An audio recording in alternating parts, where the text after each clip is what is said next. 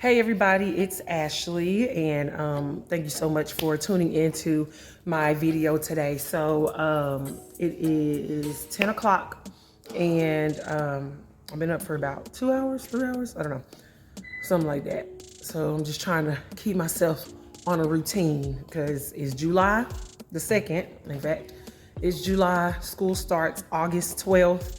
So I'm trying to get myself prepared to go back and, just be on top of things. And I'm trying to make my life as simple as possible when school starts. I am not much of an early bird. I'm more of a night owl. But nevertheless, here we are. So I just wanted to come on and talk about one of my favorite things to tackle, one of my favorite parts of reading, and that is comprehension. As I'm sure you know, when we talk about reading, a lot of people just think, okay, reading the words, but there's actually two parts. Well, there's more parts, but, for the sake of this video, there's two parts to reading, and that's, the decoding, and then there is comprehension. And so a lot of kids, a lot of people in general, they decode really well, and which basically means that they understand the letters, they understand the letter sounds, they understand how the letter sounds blend together, and they can, decode those symbols, what we call in education symbols, which are the letters. They can decode those symbols and sound the word out and read the actual word. But then when it comes to, so that's one part. But then when it comes to like comprehending or understanding what you've read, a lot of times that's where the lack comes in. They haven't mastered that comprehension piece. That's where the, I'm trying to get my lights right. Because chocolate girl problems. That's where the gaps are. I'm sorry, is in the comprehension. So it's quite funny because this is my 6th year. Well, I'm going into my 7th year. Oh my God, that's crazy. I'm going into my 7th year of teaching. Yo, that time goes by so fast. But and so I've always taught 3rd grade, 4th grade, and 3rd and 4th grade. And so this past year, I taught 5th grade, and what I have noticed, I know that there is a large gap in reading between 2nd grade and 3rd grade. And that gap is the comprehension piece. Kinder through 2nd grade, the kids are, learning how to decode words. There are, there's vocabulary skills that are put into play, but for the most part, or that are taught, excuse me, but for the most part, it's mostly, decoding and sentence structure, and things like that. And so when they get to 3rd grade, a lot of times they are, they're trying to read for understanding. That's what they're testing on. So it's quite unfair. If we're going to have the STAR test, I think if we're going to have the STAR, I don't want the STAR test, let's be clear. But I'm just saying, if the STAR test is going to exist, I feel like it should start in 4th grade because of the way, school is set up. In 2nd grade, like I said, they're focused primarily on decoding, and then all of a sudden they jump to 3rd grade, and it's like, okay, comprehension. Okay, now take this test. That's like 40 questions long, and these poor babies, they've never taken a comprehension test before, a skills test before, like that, and it just sucks. But that's not why I'm here. I'm here to just talk about the comprehension piece, and okay, and just so if my position looks different and weird, it's because I keep having to stop because either the dog is barking or whatever is going on. But anyway, what I was saying was that there's so much, I think I was saying, there's so much adversity that these kids have to face when it comes to comprehending. So I just wanted to take a minute to kind of show you what I mean. In parent conferences, I've noticed as well, from third all the way to fifth grade, I've noticed that, like, when I talk to the parents and I'm like, oh yeah, they're struggling with this particular skill, which boils down to comprehension. The parents will say, okay, so we need to read more. And that's all. God bless, because that's not quite the case. Going back to what I was saying about decoding, the children decode very well, but the thing about reading is that it takes time. It's really something that you have to sit down and think about and slow down and just pay attention to what the text is saying. So I just wanted to give a word of encouragement to parents who are struggling with their student or with their child in reading in particular. Just understand that it's probably a matter of they're just not comprehending the text. So whether that skill is context clues, main idea is a huge one.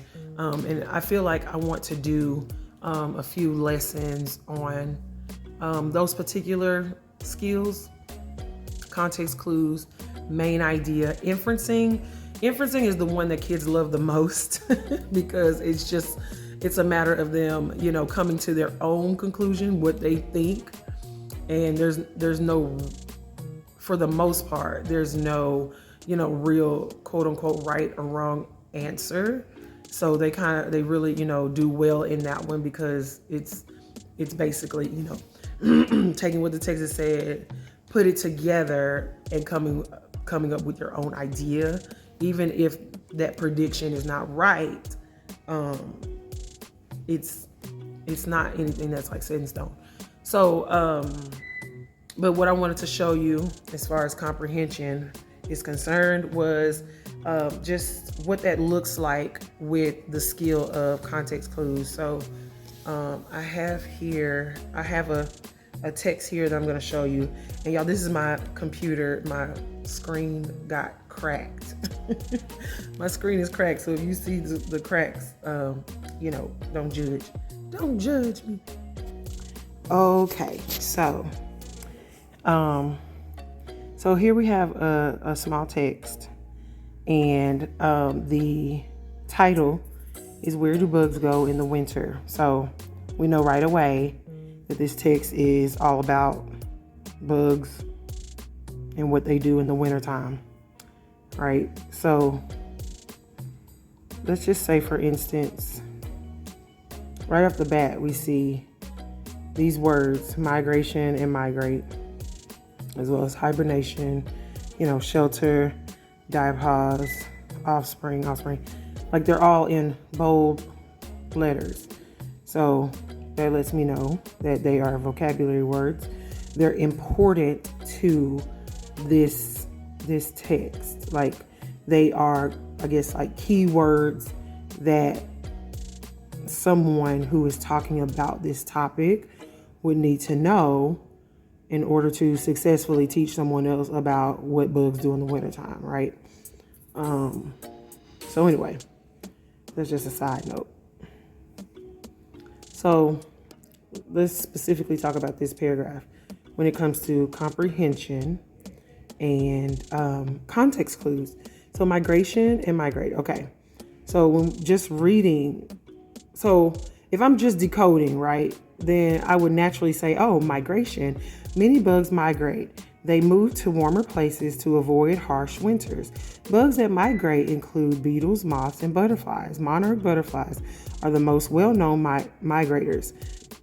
These bright orange butterflies migrate thousands of miles, and then so on and so forth. So, somebody who is just like listening to a kid read if they're just reading fluidly like that, their pacing is good, their decoding is good, right? It sounds like, oh, they're such a great reader, but then say you go back and ask them, okay, well, what does the word migrate mean? According to the text, what does the word migrate mean?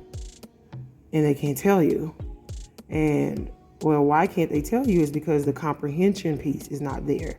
They don't understand what they've just read. And sometimes it's not necessarily, a matter of there's a learning disability or something like that. Sometimes they've just been so praised for being such coders that they don't even,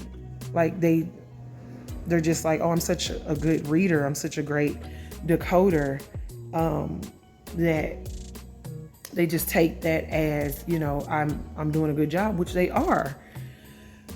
So they take that praise and they kind of, end up reading very quickly. I've run into a lot of students who are very bright, very, very high performing in a lot of different areas. But when it comes to reading, they like to try to go really fast and read as fast as they can, just to kind of show, they can read fast. But then when it comes to that comprehension piece, it's just not there. So anyway, as I was saying, you might ask them, okay, what does the word migrate mean? They can't tell you. Okay, so basically what it boils down to is breaking down the words, like stopping and thinking about, okay, what are these words trying to tell me? What is the author trying to say to me? So, okay, migration. Many bugs migrate. Okay, so if many bugs migrate, what are the bugs? What I should ask myself, what are the bugs doing? Okay, they're migrating, but what does that mean? Okay, so I know that they is the bugs that we're talking about. Okay, they move. Okay, so the bugs move. Where do they move to? Warmer places. The bugs move to warmer places. Why do they do that? To avoid harsh winters.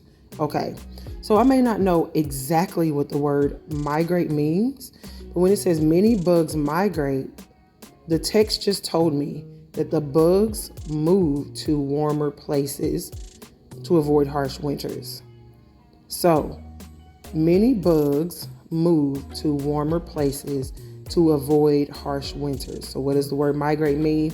It means to move to a warmer place to avoid harsh winters, or really to move to a warmer place, or really to move to another place, right? So, applying that understanding to different areas, that comes with practice. Yeah, so applying that skill of, understanding what a word means based on the text, and applying that skill to other areas and being able to figure out, okay, well, migrate, just once, the more that they read other texts that talks about migration, whether it's, that talks about migration in other contexts, that should spark in their brain, and they'll be able to, come to the conclusion that, okay, the word migrate doesn't just migrate doesn't just mean, to move to necessarily a warmer place, but, maybe that means move, or it means to move from one place to another. So reading, right? Reading is if you comprehend well, somewhere along the lines, it was just kind of brought out to you, that, you need to have an understanding of the words that you're reading. So as you're working with the kids, or as you're working with your kids at home, talk with their teachers about, is it a matter of decoding or is it a matter of comprehension? And if it is comprehension, okay, what skills specifically are they struggling with? Are they struggling with, identifying what a word means in the text? Are they struggling with, what is the main idea of the text? Are they struggling with how, the picture of a text is connected to the paragraphs or the content of what it is that they're reading? There's so many nuances, right, that goes along with reading, which is one of the things that makes it great, but also will make it very difficult if you're not careful. So yeah, that's really all I have to say about that. I hope that this was helpful and informative. If you are, struggling to, help your child learn to read, or even, you're not sure what to do or how to identify, what may be going on with them, please, feel free to shoot me a comment or a DM or anything of the sort. I'd love to help. Like I said, comprehension is one of my favorite things to tackle in reading, because just seeing that light bulb go off when the kids are reading and they understand what they're reading, it just warms my heart. Okay, so anyway, I hope y'all have a great day. If you're not following me on Instagram, please go do that now. My Instagram is i.am.ashleyrenee, and I will catch you all, if not later, probably tomorrow. All right.